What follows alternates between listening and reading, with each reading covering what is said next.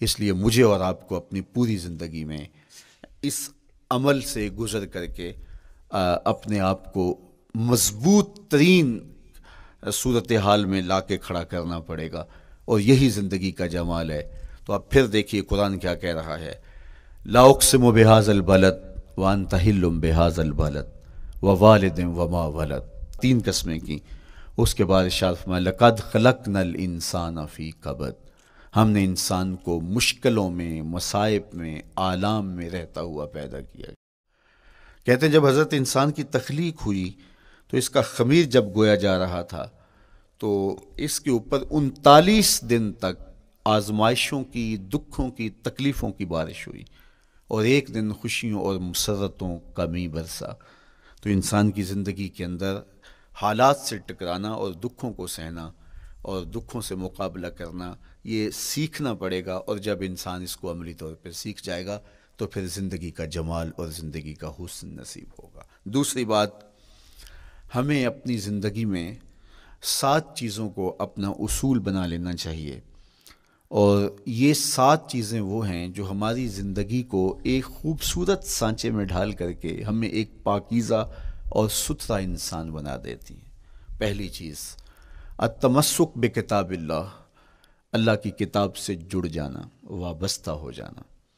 جب ہم کتاب اللہ سے وابستہ ہو جائیں تو پھر ہمارے باطن کی اور نفس کی تربیت ہوتی ہے، اور پھر ہم وہ مطلوب انسان بنتے ہیں جو ہمارا رب ہم سے تقاضا کرتا ہے۔ تو اس لیے ہمیں اپنی زندگی میں اس چیز کو لازم کر لینا چاہیے کہ ہمارا کوئی بھی دن قرآن مجید کی تلاوت کے بغیر نہ گزرے۔ اپنے دن کا آغاز قرآن مجید کی تلاوت سے کیجیے۔ سورہ یاسین سے جو اپنے دن کا آغاز کرتا ہے سارا دن اللہ کی امان میں رہتا ہے، اس کی حفاظت میں رہتا ہے۔ اور اپنی شب کا آغاز سونے سے پہلے سورہ الملک کی تلاوت کریں، آپ ساری شب اللہ کی امان میں، اس کی حفاظت میں رہیں گے۔ اور قرآن مجید کو سمجھ کر اس کے مفاہیم و مطالب کے ساتھ ایک رکوع کم از کم پوری زندگی، اپنی زندگی کے نصاب میں آپ کتنا وقت مختلف امور کے لیے سر انجام دیتے ہیں۔ یہ کتاب انسانی ہدایت کے لیے، انسانی تربیت کے لیے، اس سے کوئی اور بہتر اور مؤثر جو ہے وہ نصاب نہیں ہو سکتا ہے۔ انسان سازی کا بہترین ذریعہ ہے یہ کتاب، اور اس کتاب کے ذریعے سے جو ہے وہ انسان پستیوں سے اٹھ کے بلندیوں تک جا پہنچتا ہے۔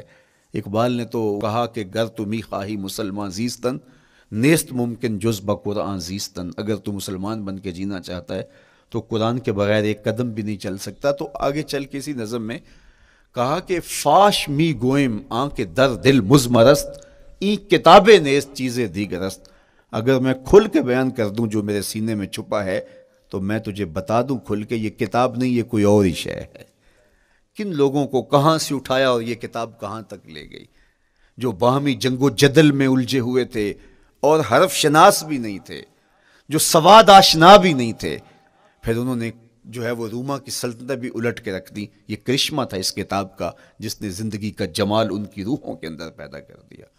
تو میں اور آپ اپنی زندگی میں قرآن مجید سے کبھی بھی دور نہ ہوں، روزانہ کی بنیاد پہ آپ تلاوت کلام مجید اپنی زندگی میں شامل رکھیں۔ انشاءاللہ اس کے اجالے دنیا میں اور آخرت میں آپ اپنی آنکھوں سے مشاہدہ کریں گے۔ حضرت امام احمد بن حنبل فرماتے ہیں میں نے رب سے کہا کہ مجھے اپنا قرب عطا کر، آواز آئی میرا قرب چاہتے ہو تو قرآن پڑھا کرو۔ یہ رب کی قربت کی بھی ضمانت ہے اور ضبط نفس اور باطن کی تربیت کا بھی ذریعہ ہے۔ اچھا، دوسری بات، والاقتداء بسنت رسول اللہ صلی اللہ علیہ وآلہ وسلم، ہمارے لیے بہترین نمونہ ہمارے حضور علیہ الصلوۃ والسلام کی زندگی ہے، حضور کے دیا ہوا نظام حیات ہے جس پر حضور نے خود عمل کر کے دکھایا۔ میرا عشق رسول، میری محبت رسول اس بات کا تقاضا کرتی ہے کہ میں ان کے طریقہ حیات کے مطابق اپنی زندگی گزاروں۔ اسلام دعوے کی بات نہیں کرتا، دلیل ہم سے مانگتا ہے۔ آج میں کہتا ہوں میں عاشق رسول ہوں، اور اتنا بڑا عاشق رسول ہوں کہ میرے جیسا زمانے میں دوسرا کوئی نہیں۔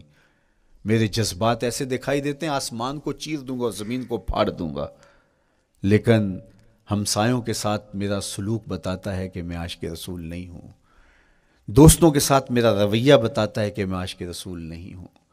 میں کسی سے وعدہ کرتا ہوں اور پھر اس پہ پورا نہیں اتر پاتا، تو صاحب پھر آپ عاشق رسول نہیں ہیں، آپ کچھ اور ہیں۔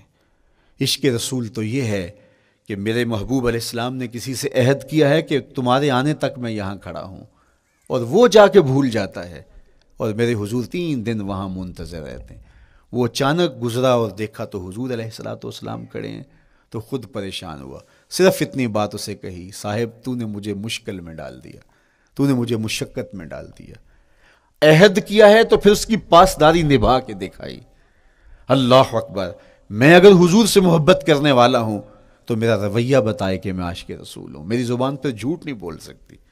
آپ سے پوچھا گیا کہ مومن بزدلی کر سکتا ہے؟ کہا نہیں، بہادر ہوتا ہے، لیکن ہو سکتا ہے کبھی اس سے بزدلی سرزد بھی ہو جائے۔ پھر پوچھا گیا کہ مومن بخیل ہو سکتا ہے؟ کہا نہیں، سخی ہوتا ہے، لیکن ہو سکتا ہے کبھی اس سے بخل بھی سرزد ہو جائے۔ پھر تیسرا سوال حضور سے کیا گیا، مومن جھوٹا ہو سکتا ہے؟ فرمایا جھوٹا نہیں ہو سکتا، یہ پکی بات ہے کہ مومن جھوٹ نہیں بول سکتا۔ میں اور آپ اپنے رویوں میں دیکھیں کہ ہم کھڑے کہاں ہیں۔ آج ہم ان جگہوں پہ بھی جھوٹ بولتے ہیں جہاں جھوٹ بولنا ہماری مجبوری بھی نہیں ہوتی، چونکہ یہ ہماری فطرت ثانیہ اور عادت بن چکا ہے، اور ہم اس کو برا ہی نہیں سمجھتے۔ جبکہ جھوٹ جب کوئی شخص بولتا ہے، حدیث پاک میں آتا ہے اس کے منہ سے بدبو نکلتی ہے، رحمت کے فرشتے 1 میل دور ہٹ جاتے ہیں اس سے۔ اور سویر سے شام تک جب ہمارے معمولات یہ ہوں تو پھر ہم کہاں کھڑے ہیں اور رحمت کے فرشتے کہاں کھڑے ہیں؟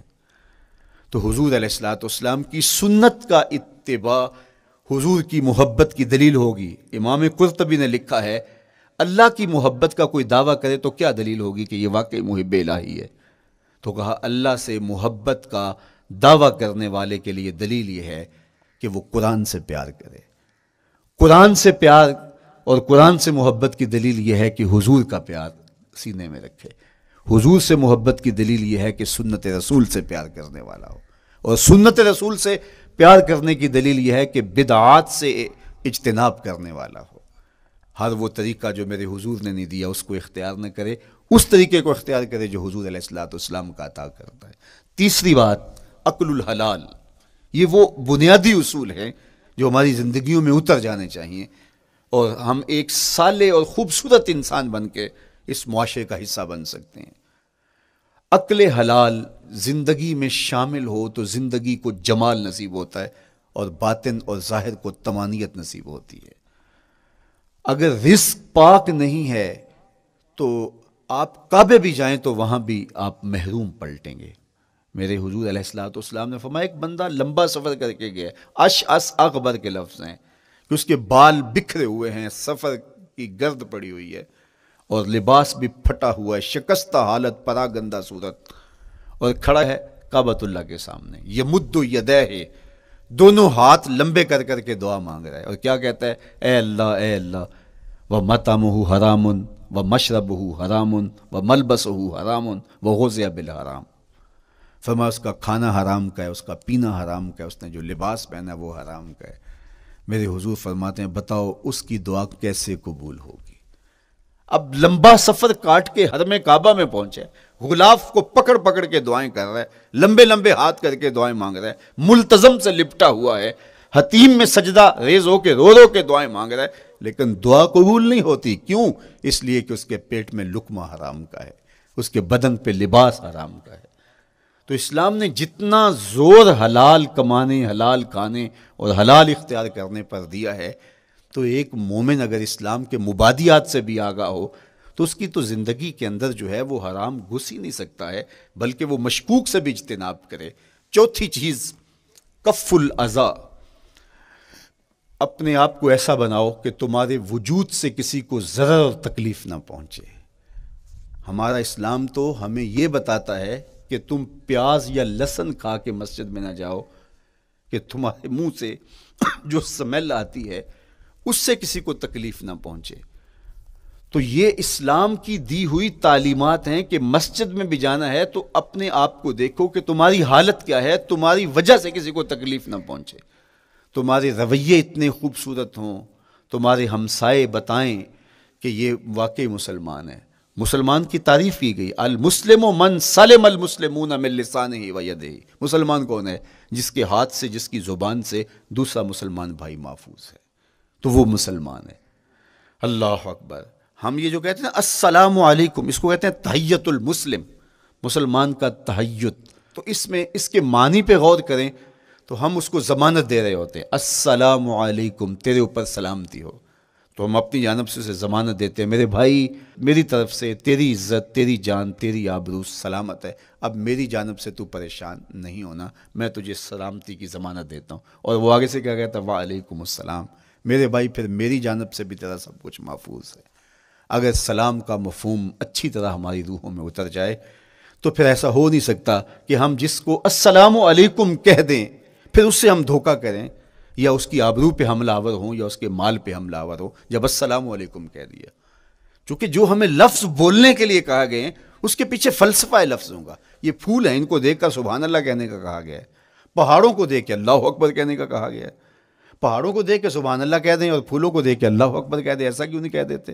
لیکن نہیں، اس لیے کہ جب پہاڑوں کو دیکھتے ہیں تو دل میں ان کی ہیبت پیدا ہوتی ہے۔ اتنے بڑے پہاڑ، سمندر کو دیکھتے ہیں تو اس کی ہیبت پیدا ہوتی ہے، اتنا بڑا سمندر تا حد نظر پھیلا ہوا، تو جب اس کی بڑائی پیدا ہونے لگتی ہے تو فوراً پلٹایا گیا اللہ کی بڑائی کی طرف اور کہا بول اللہ اکبر، یہ نہیں میرا اللہ بڑا ہے۔ اور پھول کو جب دیکھا تو اس کی لطافت کی طرف الجھنے لگے، کتنا خوبصورت ہے، درزوں میں کیسے خوشبو بسی ہوئی ہے، کیسے رنگ ہیں، کیسے جمال ہیں، اللہ اکبر۔ وہ کیا کسی نے کہا تھا نا کہ درزوں کی لطافت میں خوشبو نے اماں پائی، گل چیرنے والے نے کس شان سے چیرا ہے۔ تو کیا کمال ہے یار، کیا پتیاں ہیں، کیا رنگ ہے، کیا خوبصورتی ہے، کیا لطافت ہے۔ الجھنے لگے، کہا بول سبحان اللہ، یہ کیا ہے، جس نے رنگ بھرے ہیں وہ پاک ہے۔ تو تیرا دل الجھ نہ جائے تو جو ہم بولتے ہیں لفظ جہاں بھی بولتے ہیں اس کے پیچھے ایک فلسفہ ہوتا ہے۔ السلام علیکم یہ تحیت المسلم ہے۔ جب ہم کسی کو کہتے ہیں السلام علیکم تو اس کو ہم نے ضمانت دے دی، بس بات ختم، اب جو ہے وہ میری جانب سے تو محفوظ ہے۔ لیکن ہم سلام بھی لے رہے ہوں گے اور ہاتھ بھی کاٹ رہے ہوں گے اور اس کی جیب بھی کاٹ رہے ہوں گے، پھر سلام نہیں لیا، ہم نے منافقت کی ہے۔ تو کف الاذی چوتھی چیز، اور پانچویں چیز اجتناب المعاصی، گناہوں سے اپنے آپ کو بچا کے رکھنا۔ نیکی کرنا بہت اہم ہے لیکن نیکی کرنے سے زیادہ ہم اپنے آپ کو گناہوں سے بچانا ہے، چونکہ شر کی قوتیں ہمارے ساتھ جڑی ہوئی ہیں، اس لیے اپنے آپ کی حفاظت جب ہم کریں گے تو ہم ایک اچھی صورت میں آگے بڑھیں گے۔ اور چھٹی چیز وہ ہے التوبہ۔ توبہ تسلسل کے ساتھ کرتے رہیے۔ یہ تصور کہ بڑھاپے میں توبہ کریں گے، یہ تصور کہاں سے آیا؟ یا ہمارے ہاں آج کل یہ کلچر پیدا ہوا ہے کہ لیلۃ القدر یا شبرات کے دن سارے جڑ کے توبہ کرنے بیٹھ جاتے ہیں اور پورا سال اپنی مرضی کی زندگی گزارتے ہیں۔ ایسا نہیں ہے۔ میرے حضور کے دامن پہ ایک بھی گناہ کا دھبا نہیں تھا۔ ہم نبیوں کی عصمت کے قائل ہیں، کسی نبی پر کوئی گناہ کا دھبا نہیں ہوتا۔ اگر اس امکان کو بھی تسلیم کر لیا جائے تو ساری شریعت مشکوک ہو جاتی ہے، لیکن اس کے باوجود حضور فرمایا میں دن میں اللہ سے 100 بار توبہ کرتا ہوں، ایک دن میں 100 مرتبہ توبہ کرتا ہوں۔ میں اور آپ دیکھیں کہ ہم کیا اس معمول کو اپنی زندگی میں شامل کیے ہوئے ہیں۔ جب انسان توبہ کرتا ہے، جب غسل کر لیتا ہے نا ایک دفعہ، تو پھر وہ بچ بچ کے چلتا ہے کہ کوئی گرد دوبارہ پڑ نہ جائے، اور جب وہ لتھڑا ہوا ہو تو پھر اس کو پرواہ بھی نہیں ہوتی۔ اس لیے ہمیں بار بار غسل کرنے کی، بار بار توبہ کرنے کی تلقین کی گئی ہے تاکہ ہم پھر نئے گناہوں سے بچتے رہیں گے۔ تو اپنی زندگی میں توبہ کا تسلسل کیجئے، شام سویرے صبح بار بار اللہ سے توبہ کی اور رجوع کیجئے۔ اور آخری چیز ادا الحقوق، حقوق کا ادا کرنا۔ ہمارے ذمے جو حقوق عائد ہوتے ہیں وہ ہمارے والدین کے ہیں، وہ ہمارے بہن بھائیوں کے ہیں، وہ ہمارے دوستوں کے ہیں، ہمسایوں کے ہیں، ہمارے اساتذہ کے ہیں، کلاس فیلوز کے ہیں۔ وہ حقوق حتیٰ کہ جانوروں کی کیوں نہ ہوں تو ان حقوق کو ہم ادا کرنے والے، دست بردار نہیں ہو سکتے ہم ان حقوق سے۔ یہ مومن کی زندگی ہے، یہ ہمارا نظم حیات ہے، یہ اسلام کا دیا ہوا منشور ہے، یہ طریقہ زندگی ہے کہ ہم ایک ایک کے حق کو ادا کرتے ہوئے اپنی زندگی کو بسر کریں۔ بالخصوص میں طلباء سے مخاطب ہوں کہ یہ عمر تربیتی اعتبار سے سب سے اہم عمر ہے۔ سیدنا علی المرتضیٰ رضی اللہ تعالیٰ عنہ فرماتے ہیں کہ 15 سال سے لے کر کے 20 سال تک کی عمر میں انسان کے نظریات پختہ ہوتے ہیں اور اس کی عادتیں جمتی ہیں۔ یہ دوسرے کہتے ہیں 13 سے 19 سال تک کی عمر، وہ کہتے ہیں یہ بڑی اہمیت کی حامل ہے۔ تو 13 سے 19 سال یا 15 سے 20 سال تک کی عمر، بعض کا تو ہوتا ہے کہ ابھی بچے ہیں، ماں باپ بھی سستی کرتے ہیں کہ ان کو تہجد کا عادی اب کیوں بنائیں، ابھی تو یہ بچے ہیں، ان کو ان چیزوں سے چھوٹی چھوٹی